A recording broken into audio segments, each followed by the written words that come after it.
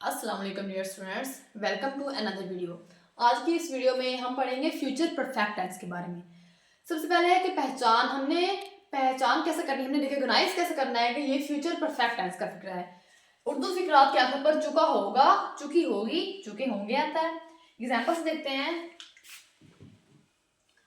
हम खाना खा चुके होंगे।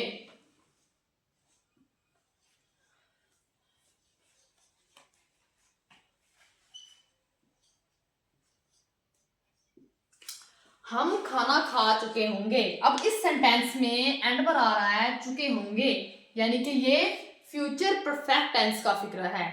सबसे पहले हम देखेंगे कि हमने पॉजिटिव सेंटेंसेस को यानी कि मुस्बत फिक्रात को इंग्लिश में कैसे ट्रांसलेट करना है फ्यूचर परफेक्ट टेंस के।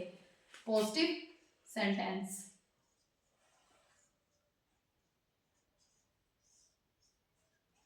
पॉजिटिव सेंटेंस यानी कि मुस्बत फिक्रात। पॉजिटिव सेंटेंस को इंग्लिश में ट्रांसलेट करने के लिए सबसे पहले हम लगाते हैं सब्जेक्ट।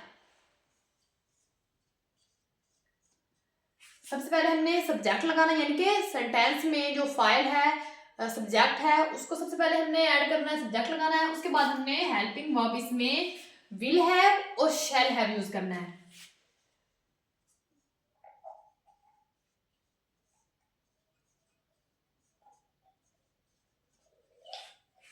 हेल्पिंग वर्ब हम इसमें विल हैव और शैल हैव यूज करते हैं। उसके बाद हमने वर्ब की थर्ड फॉर्म लगानी है। वर्ब की थर्ड फॉर्म लगानी है। Past perfect tense, present perfect tense, future perfect tense, तीनों परफेक्ट टेंस में हम हमेशा वर्ब की थर्ड फॉर्म ही लगाते हैं और लास्ट पर ऑब्जेक्ट। अब अगर हम इसी हिसाब से इसी सीक्वेंस के तहत इस सेंटेंस को इंग्लिश में ट्रांसलेट करें, हम खाना खा चुके होंगे। अब सब्जेक्ट इसमें क्या है, हम। अब हमने देखना है कि हमने विल हैव किसके साथ लगाना है और शैल हैव किसके साथ लगाना है। शैल हैव हम सिर्फ हम आई और वुई के साथ लगाएंगे। ऐसे सेंटेंस में अगर जो हमारा सब्जेक्ट है आई और वुई हो तो हम शैल हैव लगाएंगे। अगर आई और वुई के अलावा कोई भी सब्जेक्ट हो सेंटेंस में तो हम उसके साथ विल हैव लगाएंगे।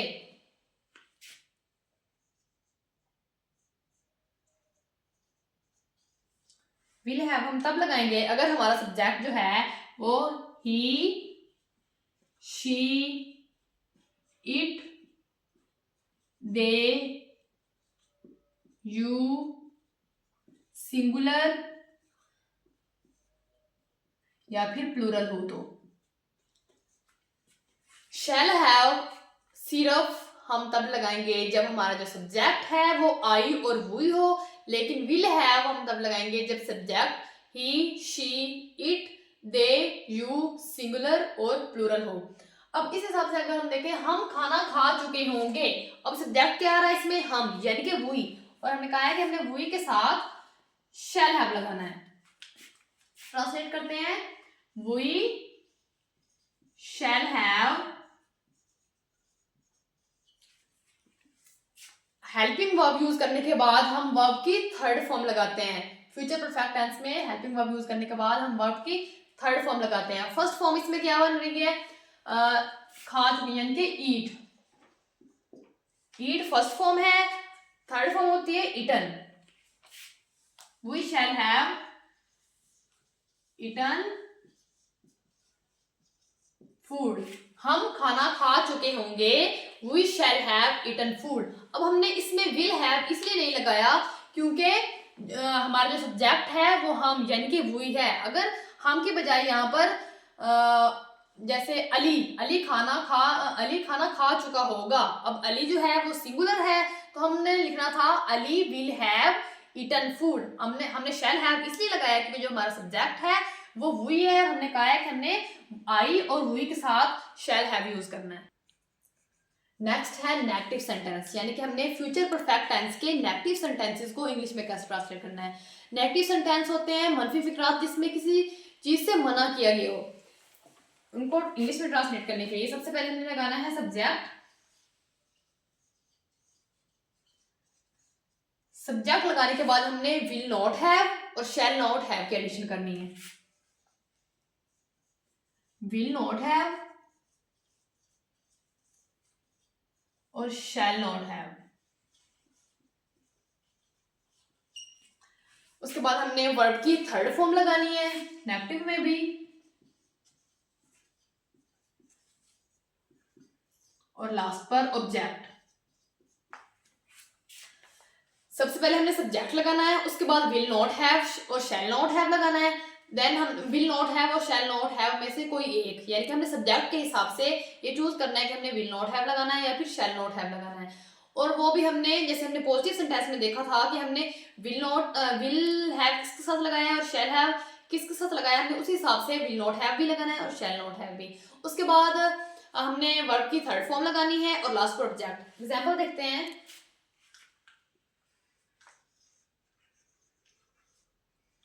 आसमा स्कूल नहीं जा चुकी होगी।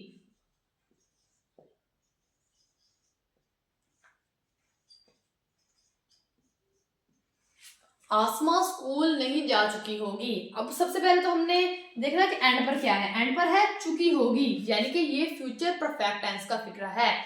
अब सेंटेंस में नहीं यूज हो रहा है, यानी कि फ्यूचर परफेक्ट टेंस का ये नेगेटिव सेंटेंस है। फ्यूचर परफेक्ट टेंस के नेगेटिव सेंटेंस को इंग्लिश में हम ट्रांसलेट करने के लिए इस सीक्वेंस को फॉलो करते हैं। सब्जेक्ट, उसके बाद विल नॉट हैव या फिर shall not have, then verb की थर्ड फॉर्म और लास्ट पर ऑब्जेक्ट। अब सब्जेक्ट इसमें क्या है?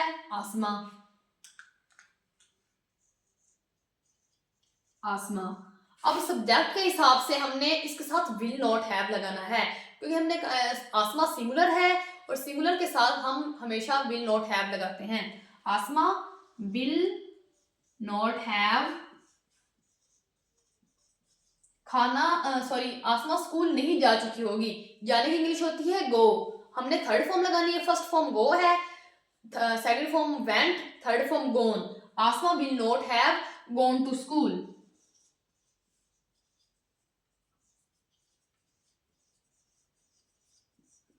आसमा स्कूल नहीं जा चुकी होगी। Asma will not have gone to school. और एग्जाम्पल देख लेते हैं। हम नमाज नहीं पढ़ चुके होंगे।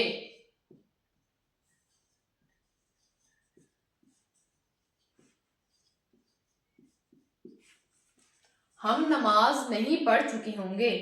अब इसमें जो हमारा सब्जेक्ट है वो है हम, यानी कि वी, और हमने कहा है कि हमने वी के साथ शैल नॉट हैव लगाना है, ना कि विल नॉट हैव। सो हमने सबसे पहले सब्जेक्ट लगाना है। सब्जेक्ट क्या है हमारा? वी के साथ हमने क्या लगाना है? Shall not have. We shall not have. हमने वर्ब की थर्ड फॉर्म लगानी है। फर्स्ट फॉर्म है, नमाज पढ़ने की इंग्लिश होती है offer. Offer, offered, offered. We shall not have offered prayer. हम नमाज नहीं पढ़ चुके होंगे। We shall not have offered prayer. Next है इंटेरोगेटिव सेंटेंसेस, यानी कि सवालिया फिक्रात। इंटेरोगेटिव सेंटेंसेस को इंग्लिश में ट्रांसलेट करने के लिए हम सबसे पहले लगाते हैं विल और शैल। विल और शैल को स्टार्टिंग में लगाते हैं, उसके बाद सब्जेक्ट, उसके बाद हैव, देन वर्ब की थर्ड फॉर्म और लास्ट पर ऑब्जेक्ट। सबसे पहले क्या लगाते हैं? विल या फिर शैल, सब्जेक्ट के हिसाब से। उसके बाद हमने लगाना है सब्जेक्ट। सब्जेक्ट लगाने के बाद हमने हैव लगाना है। उसके बाद वर्ब की थर्ड फॉर्म और लास्ट पर ऑब्जेक्ट। सबसे पहले हमने विल या फिर शैल लगाना है, उसके बाद हमें सब्जेक्ट लगाना है, उसके बाद हमने हैव लगाना है, देन वर्ब की थर्ड फॉर्म और लास्ट पर ऑब्जेक्ट। अब एग्जांपल्स देखते हैं।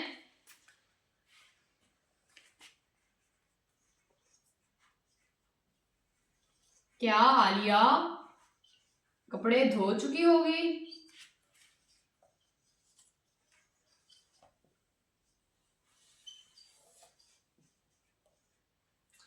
क्या आलिया कपड़े धो चुकी होगी?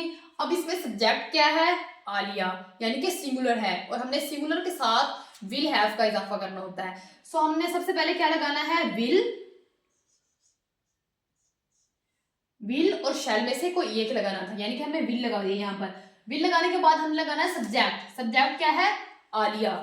सो हम क्या लिखेंगे, विल आलिया। हमने कहा है हमने सबसे पहले विल शैल लगाना है, उसके बाद सब्जेक्ट लगाना है, देन हमने हैव बाद में ऐड करना है।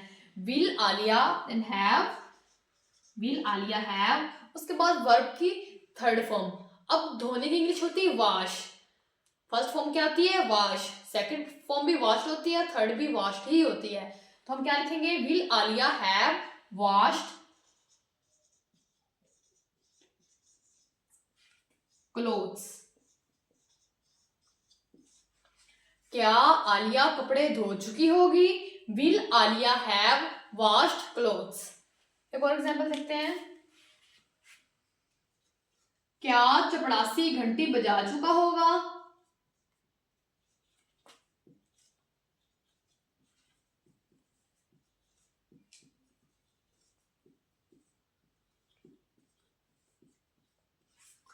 क्या चपड़ासी घंटी बजा चुका होगा। अब इसमें सब्जेक्ट क्या है, चपड़ासी, यानी कि हमने सब्जेक्ट जो हमारा है वो सिंगुलर है और हमने इसके साथ विल लगाना है। विल पियन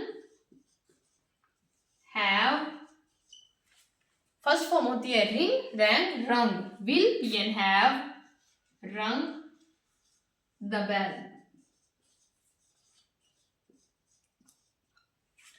क्या चपड़ासी घंटी बजा चुका होगा, विल पियन हैव रंग द बेल। अब हम इस पूरी वीडियो को समराइज करेंगे, यानी कि हमने कौन से इंपॉर्टेंट पॉइंट्स इसमें पढ़े हैं। सबसे पहले हमने जो इसमें इंपॉर्टेंट पॉइंट्स हैं, यानी कि हमने हेल्पिंग वर्ब कौन सा यूज करना है, फ्यूचर परफेक्ट टेंस में हमने कौन सा हेल्पिंग वर्ब यूज करना है। हेल्पिंग वर्ब हमने इसमें यूज किया था विल हैव और shall have.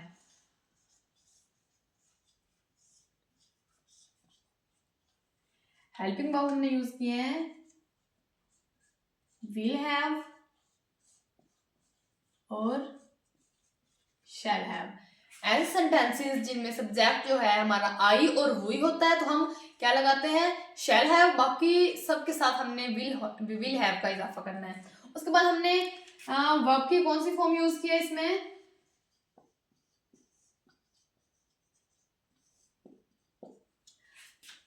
Past perfect tense, future perfect tense और प्रेजेंट परफेक्ट टेंस। सब में हम हमेशा वर्ब की थर्ड फॉर्म ही यूज करते हैं। तो हमने कौन सी वर्ब की फॉर्म यूज की है, थर्ड फॉर्म।